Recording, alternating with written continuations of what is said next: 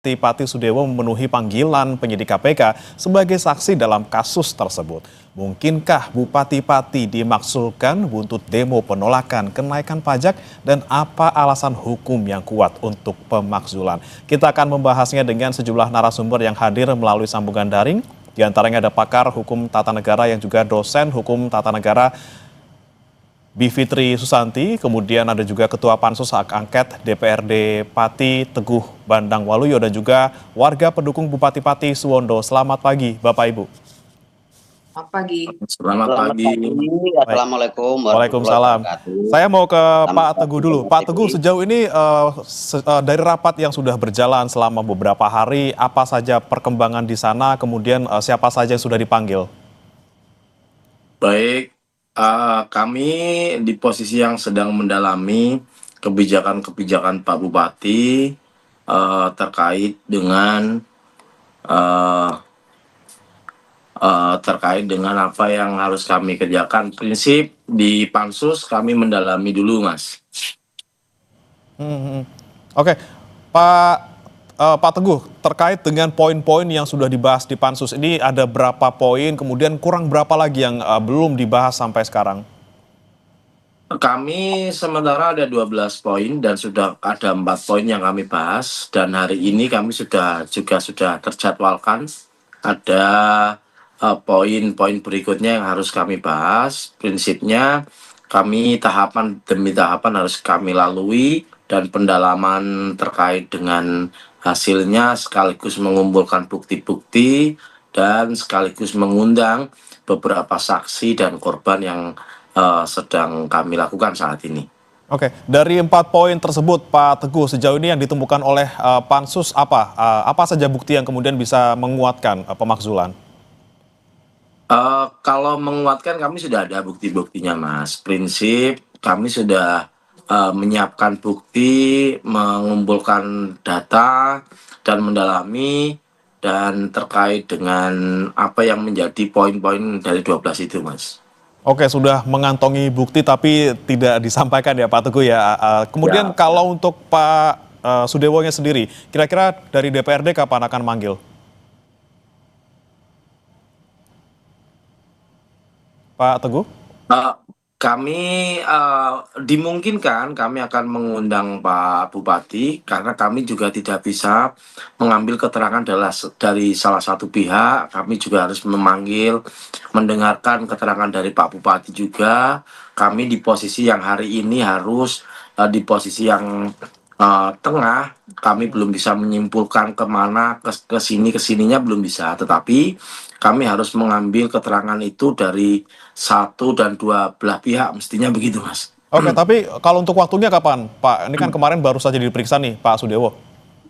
Waktu mesti mengalir, Mas. Nanti setelah beberapa poin, nanti mungkin poin ke-7, 8 sudah sampai ke sana, kita cukup dengan data, kita cukup dengan bukti, kita mesti melangkah ke poin ke pemanggilan ke sana, Mas. Oke, kalau untuk pekan depan kira-kira bisa nggak Pak? Atau masih butuh waktu lebih panjang lagi kira-kira untuk sampai ke pemanggilan Pak Sudewo?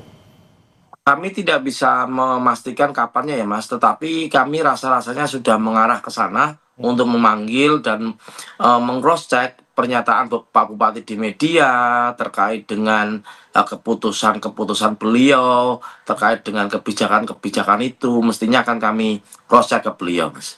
Oke, baik. Kemudian saya ke Mbak Bivitri dulu yang kemarin juga sempat menjadi ini ya Mbak ya, saksi yang diundang di Pansus Hak Angket Pemakzulan Bupati Pati. Kemarin ketika Mbak Bivitri kemudian dipanggil, kemudian juga dimintai keterangan sebagai ahli seperti itu. Apa saja yang kemudian Mbak sampaikan dan juga apa saja kira-kira alasan hukum yang kuat untuk pemakzulan Bupati Pati? Baik, jadi memang kemarin kehadiran saya itu lebih banyak mengafirmasi karena pansus sudah jalan kan, saya di tengah-tengah begitu. Dan saya menghargai, mengapresiasi apa yang dilakukan oleh pansus karena mereka ingin yakin jangan sampai di ujung nanti mentah atau ada salah prosedur dan lain sebagainya. Dan saya juga mengapresiasi karena pansus ini responsif menurut saya. Begitu ada demonstrasi besar, ada respon seperti itu dari DPRD, saya kira ini cara yang baik untuk berpolitik. Nah, jadi kemarin itu saya mengafirmasi bahwa yang mereka lakukan sejauh ini sudah betul secara peraturan perundang-undangan, dan setelah ini prosesnya nanti ke Mahkamah Agung, nanti ada keputusan terakhirnya oleh DPRD lagi sebelum disampaikan kepada Menteri Dalam Negeri. Beberapa hal yang bisa digunakan tentu saja misalnya melanggar sumpah, menyalahgunakan wewenang dan melanggar sumpah janji jabatan. Sumpah janji jabatan itu kan termasuk juga untuk melaksanakan peraturan perundang-undangan dan konstitusi. Nah, di sini misalnya banyak pertanyaan soal kenaikan PBB P2 itu yang misalnya tidak mengikuti proses yang seharusnya, terutama soal partisipasi dan data yang harusnya ada sebelum membuat kebijakan. Kemudian juga kemungkinan potensi misalnya dalam konteks melakukan perbuatan tercela misalnya dan lain sebagainya. Tapi yang paling masuk adalah tentu saja ketika bupati melakukan tindakan-tindakan yang tidak sesuai dengan peraturan perundang-undangan.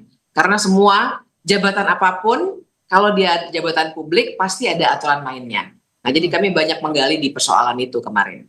Oke, penyalahgunaan wewenang oleh Bupati Pati. Kemudian kalau Mbak Bivitri melihatnya sendiri, ini yang menjadi pintu masuk paling mungkin gitu ya untuk pemakzulan ini terkait dengan PBB P2 kemarin, ataukah mungkin ini Mbak Bivitri, kita sama-sama kemarin melihat Pak Sudewo diperiksa KPK sebagai saksi. Kalau pemeriksaan KPK justru letaknya berbeda, Mas. Jadi kita harus pahami yang apa yang dilakukan oleh KPK itu kan pemeriksaan terhadap suatu tindak pidana yang dilakukan sebelum Sudewo menjadi bupati. Jadi dalam konteks ini sebenarnya tidak ada kaitan langsung dengan pansus angket. Bahwa itu adalah perbuatan yang tidak baik dan seterusnya, ya. Tapi artinya kalau bicara prosedurnya, karena saya harus bicara hukum ya, prosedurnya berbeda. Nah, jadi nanti kalau misalnya, kalau mungkin publik akan lebih ingat kasus Ahok dulu ya di Jakarta. Nah, ingat kasus itu prosesnya berbeda sendiri. Kalau itu terjadi, maka akan ada pemberhentian sementara dalam konteks yang berbeda ketika jadi terdakwa. Kemudian setelah nanti kasusnya sudah inkrah, kekuatan hukum tetap, ada pemberhentian tetap dari Kementerian Dalam Negeri. Tapi itu bukan urusannya angket, itu urusannya KPK. Dan walaupun tetap saja keduanya harus berjalan bersisian begitu ya. Karena kan yang jadi poin utama di sini bukan soal angket tidak angket, tapi tuntutan masyarakat agar Sudewo mundur atau diberhentikan. Poinnya kan di situ. Jadi saya kira dua jalur itu harus jalan dengan kuat. Oke, kemudian sebelum nanti saya ke Mbak Bivitri lagi, saya ke Pak Suwondo dulu yang merupakan salah satu warga pendukung Bupati Pati. Pak Suwondo, ini kan Anda sebagai salah satu warga pendukung Bupati Pati melihat kemudian bagaimana gelombang protes dari masyarakat Pati yang lainnya, kemudian saat ini sudah masuk juga ke tahapan pansus untuk pemakzulan Bupati Pati. Tanggapan Anda, Pak Suwondo? Ya, bagi saya pribadi, terutama masyarakat Sukolilo, itu masalah angka itu sah-sah saja, dan kami ya menghormati. Ya, kalau bagi kami ya itu nanti kita hargai keputusan hukum yang berjalan. Nah, tapi bagi masyarakat khususnya Sukolilo itu masih banyak dukungan dari warga-warga kecil, termasuk saya pribadi. Karena begini Mas, dari dukungan-dukungan mereka itu muncul dari kalangan orang-orang kecil, orang-orang bawah yang tidak mempunyai HP. Dia itu kepengen tahu pendapat mereka yang orang-orang kecil, itu biar tahu itu gimana caranya gitu Mas. Jadinya kemarin di tanggal 24 hari Minggu kemarin, itu berdiskusi warga khususnya Sukolilo, rakyat kecil itu pengen menyuarakan pendapat mereka gitu Mas. Jadinya unek-unek kayak gitu biar ini loh Pak Sudewo kepengennya itu masih menjabat Bupati Pati untuk periode 2025 sampai periode 2030. Karena apa, di situ Pak Sudewo dari dulu itu udah dikenal masyarakat Mas. Oke, tapi dari dia itu gimana Mas? Ya silakan Pak Suwondo dilanjutkan. Nah, gini Mas, karena dulu itu sebelum menjabat Bupati Pati, Pak Sudewo itu sudah dikenal masyarakat dengan program-program yang di wilayah Sukolilo ada apa itu namanya, bedah rumah, itu udah banyak sekali. Terus di situ ada lampu jalan yang di antara Desa Kedumulyo sampai Tompe Gunung itu kan melewati hutan Mas. Di situ ada lampu jalan Mas, walaupun di desa itu udah ada lampu jalan gitu loh. Jadi masyarakat Cile itu merasakan gitu loh, merasakan kenyamanan adanya Pak Sudewo. Jadi warga-warga itu udah mengenal dari dulu Mas sebenarnya Mas. Warga Cilek itulah. Dengan adanya dia nyalonkan bupati, itu dukungan dari warga Sukolilo itu mengalir dengan sendirinya Mas. Lah dengan adanya terjadi seperti ini dan Pak Sudewo itu yang dirasakan warga khususnya Sukolilo itu selama dia menjadi bupati selama menjabat 6 bulan, di situ bagi penilaian saya pribadi, terus dari warga kecil, dari warga yang merasakan itu udah membangun berapa titik Mas, gitu loh, udah namanya udah dinikmati warga. Contohnya dari Tompe Gunung ke arah Sukolilo sampai jalan raya itu full Mas. Saya tidak ada atau tidak membanding-bandingkan dengan pemerintahan yang dulu. Kalau pemerintahan yang dulu kan berapa kilo nyambung Mas. Kalau ini yang ada itu dari Tompe Gunung itu langsung Mas, langsung ke Sukolilo itu langsung jadi gitu Mas. Ini Jadi sangat dirasakan ya Pak Suwondo untuk masyarakat Sukolilo gitu ya. Itu yang untuk Sukolilo Tompe Mas. Jadi warga masih mendukung penuh dengan adanya Pak Sudewo tetap jadi Bupati Pati Mas. Berarti ini Anda yang mewakili masyarakat di Sukolilo gitu ya, terkait dengan banyak hal-hal yang dibangun oleh Pak Sudewo sebagai Bupati. Tapi kalau misalnya sekarang sudah ada hak angket gitu ya, berarti dari masyarakat Sukolilo, khususnya dari Pak Suwondo ini, mendukung nggak sih ada pemakzulan seperti ini? Iya sebenarnya gimana ya Mas, ya mau tidak mau itu biar mereka lah. Kalau prinsip warga Sukolilo yang penting damai.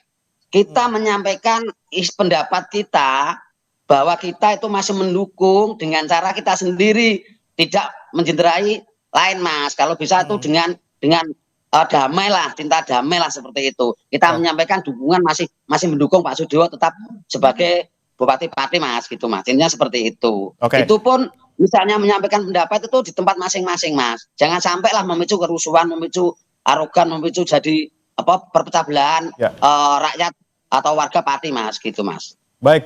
Kemudian ini saya mau ke Pak Teguh lagi. Pak Teguh, ini kan ada kemudian suara dari warga Pati yang lain, ini khususnya yang mendukung Bupati Pati gitu ya. Anda perlu nggak sih memanggil juga untuk pihak-pihak yang istilahnya pro ini dengan kebijakan ataupun juga dengan Bupati Pati Sudewo?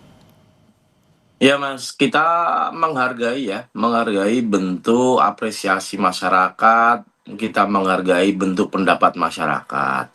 Nah mestinya juga kami akan mengundang pihak yang pro dengan Pak Bupati, yang setuju dengan kebijakannya. Kami tidak bisa semata-mata terus dari satu pihak. Contohnya terkait dengan Kades, kemarin ada 3 Kades yang kami undang.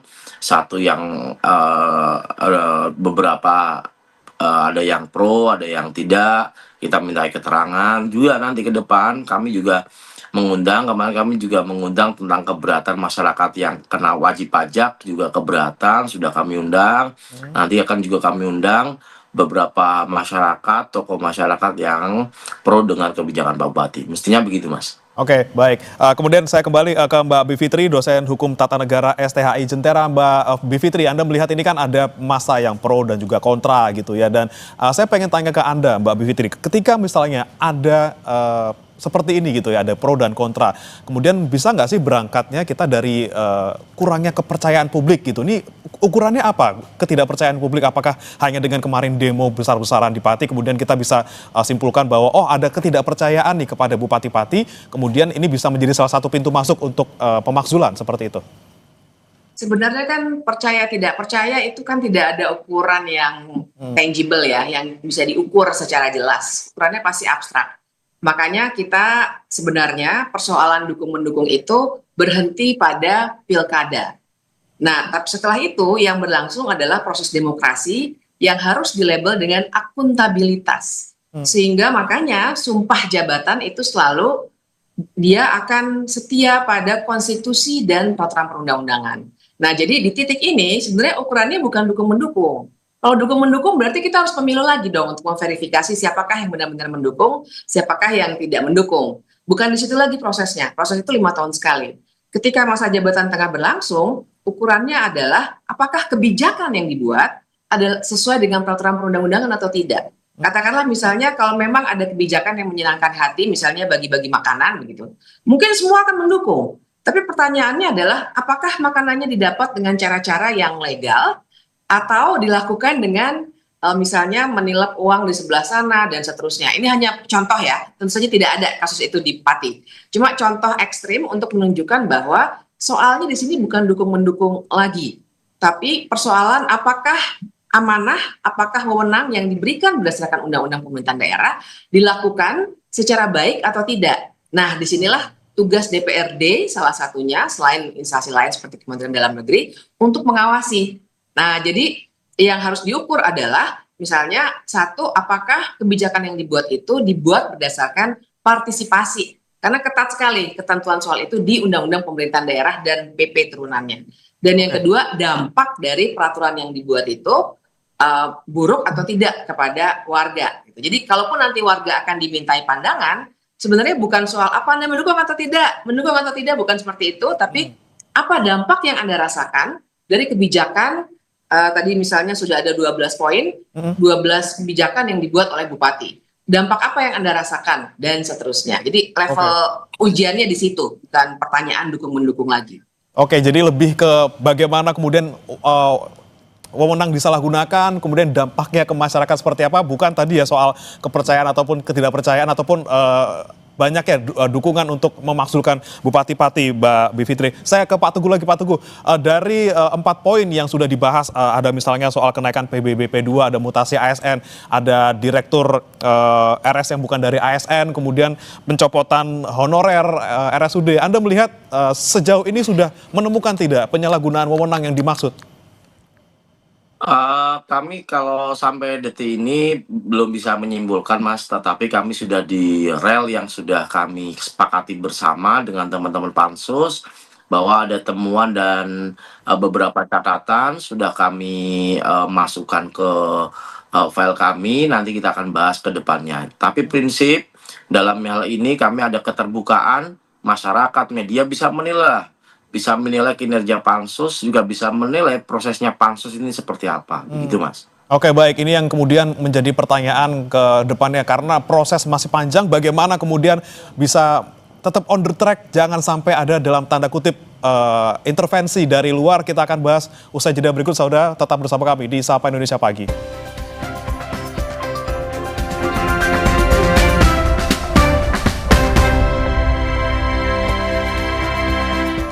Kembali bersama kami di Sapa Indonesia Pagi, saudara. Masih kita membahas terkait dengan proses hak angket pemakzulan Bupati Pati Sudewo bersama dengan 3 narasumber. Saya sebelum ke 2 narasumber lain, saya mau ke Pak Suwondo lagi. Pak Suwondo, ini kan kemarin juga sempat ada aksi yang dilakukan oleh warga Sukolilo gitu ya, sebagai bentuk dukungan kepada Pak Bupati untuk tetap menjabat seperti itu. Nah, kalau saya perhatikan ini sepertinya hanya ada di Sukolilo. Apakah juga sudah berkomunikasi misalnya dengan warga-warga di daerah lain yang juga memiliki dukungan yang sama terhadap Bupati Pati? Atau sejauh ini hanya warga Sukolilo saja, Pak Suwondo? Ini Mas, ceritanya begini. Dari unek-unek khususnya warga Sukolilo, itu yang dukungan ternyata masih banyak Mas.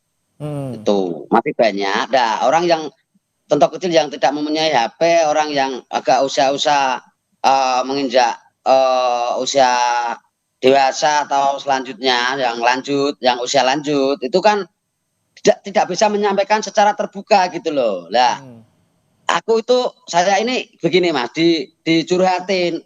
Ini caranya kalau misalnya bareng-bareng pendapat kita biar tahu di publikan gimana kan gitu Mas. Nah, akhirnya itu kita berbondong-bondong menyuarakan Mas. Nah, untuk masalah kecamatan lain itu kebetulan ada Mas. Insya Allah nanti siang menjelang sore nanti pendukung Pak Sudewo yang dari kecamatan Kayen ada Mas. Insya Allah hari ini Mas. Oke, baik. Itu Mas yang saya sampaikan Mas.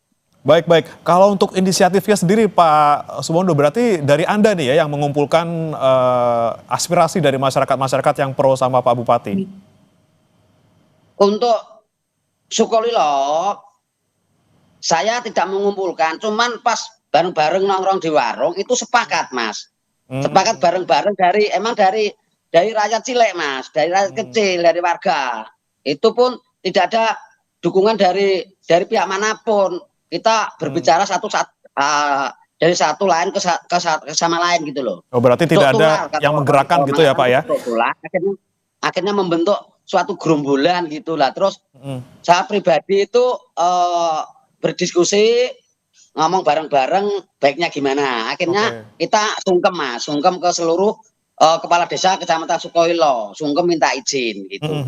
Oke, baik. Saya kembali ke Pak Teguh soal proses pansus hak angket di DPRD Pati. Pak Teguh, kira-kira kalau dari DPRD Pati ini targetnya bakal selesai kapan dan apakah kemudian ada juga nih waktu untuk menunggu misalnya ada perubahan status hukum dari Bupati Pati Sudiewo di KPK?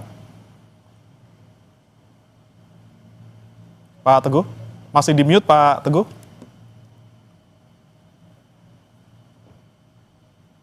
Pak Teguh, bisa dengar suara kami, Pak? Oke, baik. Saya akan ke Mbak Bivitri dulu sambil menunggu koneksi dan juga audio dari Pak Teguh. Mbak Bivitri, lagi-lagi nih, saya ingin kulik terkait dengan sekarang proses hukum yang berjalan di KPK. Gitu. Tadi Anda sampaikan bahwa apa yang dilakukan oleh Bupati Pati Sudiewo yang diduga disangkakan dilakukan oleh Pak Bupati Sudiewo ini dilakukan sebelum menjadi bupati, ketika menjadi anggota DPR seperti itu. Tapi apakah ini bisa menjadi salah satu pertimbangan gitu Mbak Bivitri dalam rapat pansus untuk memakzulkan Bupati Pati, walaupun memang ini di dua kasus yang berbeda seperti itu? Pertimbangan untuk didiskusikan ya bisa saja. Tapi kalau kita benar-benar mengacu pada isi Undang-Undang Pemerintahan Daerah yang terkait soal hak angket, dia tidak akan masuk sebagai materi dari berkas yang akan disampaikan oleh DPRD kepada Mahkamah Agung. Jadi itu memang proses yang terpisah. Bahwa mereka akan memonitor, saya yakin akan terjadi gitu. Tapi yang harus diingat juga, pansus hak angket, kemudian proses di Mahkamah Agung, semua batasannya juga tidak selama-lamanya bertahun-tahun. Nah, sedangkan yang namanya proses hukum tipikor di KPK itu agak lama ya, walaupun KPK juga ada hari-harinya begitu ya. Tapi yang harus diingat, pemberhentian sementara misalnya baru bisa dilakukan kalau kasus sudah masuk ke pengadilan. Ketika ada registrasi perkara, jadi sudah jadi terdakwa, baru bisa diberhentikan sementara. Nah, jadi Pak, saya menduga, apalagi sekarang kan Pak Sudiewo belum menjadi tersangka. Statusnya masih saksi sampai dengan kemarin, saya monitor terus tuh. Jadi sampai dengan dia tersangka, diperiksa lagi, kemudian jadi terdakwa, pasti makan waktu akan lebih lama. Jadi saya kira ini jalannya bersisian saja. Karena mungkin nanti akan kesusul lagi di Mahkamah Agungnya nanti 2 bulan begitu ya. Artinya dia tidak saling mempengaruhi secara langsung. Oke, tidak saling mempengaruhi secara langsung. Saya kembali ke Pak Teguh. Pak Teguh sudah bisa mendengar suara saya, Pak? Baik, Mas. Ya, Pak Teguh, tadi pertanyaan saya targetnya untuk selesai ini kapan nih? Sampai akhirnya ke MA paling tidak untuk tahap yang selanjutnya? Baik, Mas. Kalau bicara tahapan, mestinya kan 60 hari dari terbentuknya pansus itu. Tetapi kami meyakini kami akan kerja ekstra dengan teman-teman pansus dan kami mendengarkan masukan beberapa tokoh masyarakat, tokoh agama, sekaligus kita mengumpulkan data, bukti dan semuanya sehingga kami meyakini tidak sampai 60 hari kami akan bisa menyelesaikan. Begitu, Mas. Oke, walaupun tadi kata Mbak Bivitri tidak saling terkait gitu ya, apa yang terjadi di KPK dengan yang di Pansus, tapi apakah kemudian apa yang proses hukum saat ini dihadapi oleh Pak Sudiewo ini akan juga menjadi pertimbangan dan juga dibahas di rapat, Pak Teguh? Kami sekali lagi sama dengan pendapat Bivitri karena ini beda ya, beda konteks antara pansus dengan proses hukum yang dihadapi oleh Pak Bupati. Yang jelas kami akan on the track dengan tugas dan kewajiban kami selaku pansus. Kami tidak akan masuk ke dalam urusan terkait dengan KPK, Mas. Oke, lagi-lagi terpisah dua kasus ini. Kemudian saya kembali ke Pak Suwondo untuk menanyakan bagaimana nih Pak Suwondo. Kita kan lihat ini ada dua proses yang dihadapi oleh Pak Bupati Sudiewo. Pertama soal pemakzulan dengan berbagai macam poin-poin, ada 12 poin di sana. Kemudian ada juga proses di KPK terkait dugaan korupsi. Nah, dengan adanya dua proses hukum ini yang menjerat ataupun yang melibatkan Pak Sudiewo, dukungan tetap solid ataupun gimana Pak Suwondo melihat ada dua loh ini Pak yang sedang berlangsung? Ya Mas ya, terima kasih.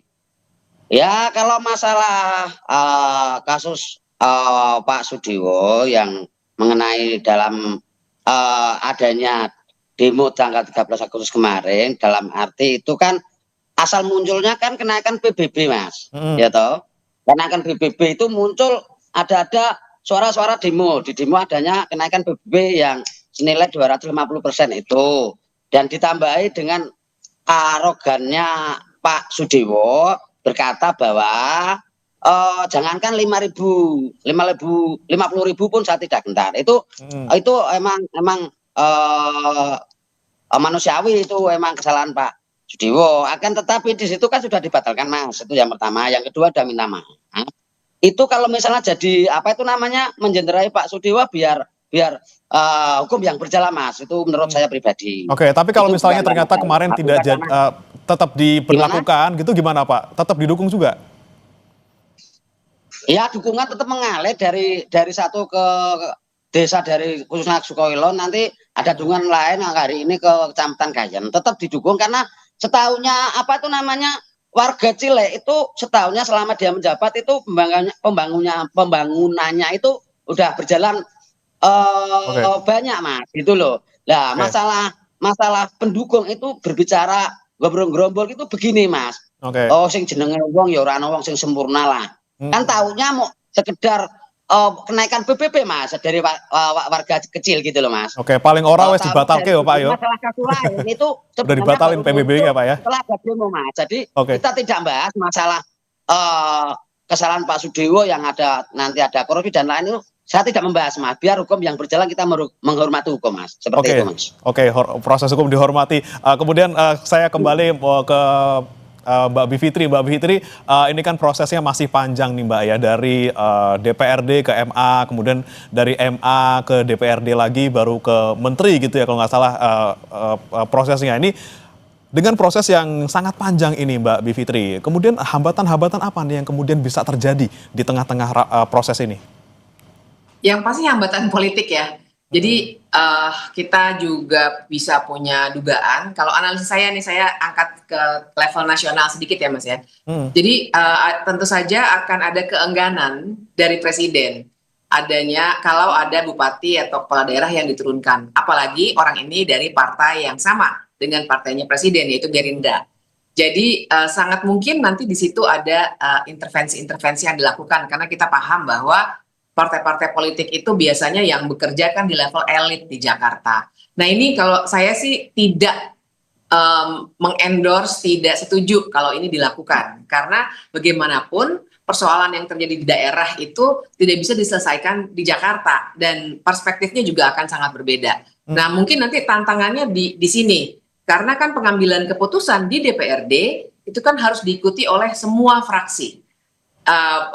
Fraksinya Pak Teguh, tapi juga fraksi-fraksi lainnya yang kalau tidak salah, kayak saya tidak salah ada 8 fraksi ya Pak Teguh, mohon koreksi kalau salah. Nah jadi kan ketika fraksi mengambil keputusan artinya akan ada pasti koordinasi atau konsultasi dengan Dewan Pimpinan Pusat partai masing-masing, tidak hanya di level cabang maupun wilayah. Nah mungkin saja di situ terjadi intervensi, tapi saya harap tentu saja tidak ya, karena bagaimanapun kita harus hormati proses apa yang terjadi di daerah, bukan yang di Jakarta. Oke, baik. Pak Teguh gimana Pak Teguh, kalau dari fraksi-fraksi di DPRD Pati apakah masih solid untuk terkait pemakzulan ini atau seperti apa Pak?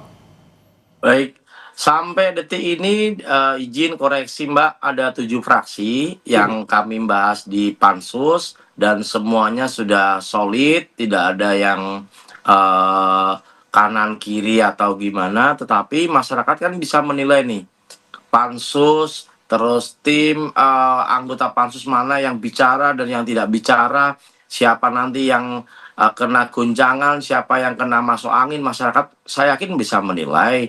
Tetapi prinsipnya dari ketujuh fraksi ini sepakat untuk melakukan hak angket dan kami meyakini sekali tidak ada intervensi dari pihak manapun maupun dari partai-partai yang ada di Jakarta.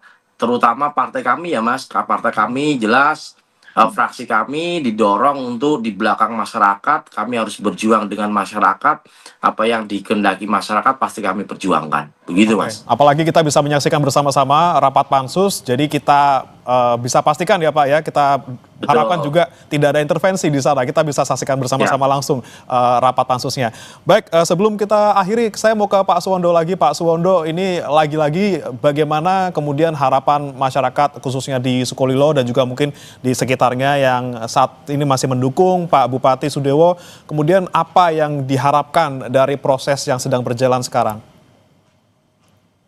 Ya, harapan khususnya warga Sukolilo ya setahunnya kan Pak Sudewo jabatnya sudah membangun. Harapannya ya Pak Sudewo harapannya tetap menjadi Bupati Pati periode 2025 sampai periode 2030 dan selalu mendukung agar dia tetap menjadi Bupati Pati karena tahunnya warga masyarakat kan itu bagi khususnya warga Sukolilo itu kan manusia tidak ada yang sempurna, itu catatan untuk warga Sukolilo. Karena setahunnya kan cuman kasusnya itu gini Mas, kasusnya cuman kenaikan PBB dan kesalahan omongan dengan arogansi Mas. Kalau masalah kasus lain itu biar hukum yang berjalan, biar yang tahu-tahu itu. Kalau pihak sini tahunya emang pendapat dari khususnya warga Sukolilo masih mendukung penuh adanya Pak Sudewo sebagai Bupati Pati, Mas. Oke, gitu, Pak Suwondo, terakhir nih saya pengen pastikan lagi nih Pak Suwondo, kalau kita andai-andaikan gitu ya, ini PBB-nya ternyata tetap naik,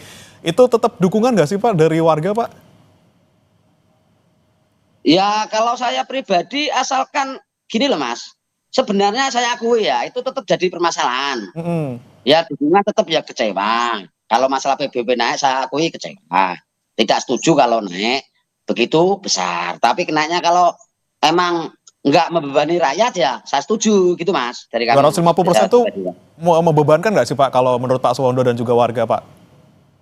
Ya beban ya Pak ya. Beban. Tapi kan hari ini dibatalkan tuh Mas, saya dengar gitu loh. Ya. Sudah dibatalkan. Oke, yang penting dibatalkan ya Pak Suwondo ya, nggak jadi diberlakukan ya, gitu dibatalkan.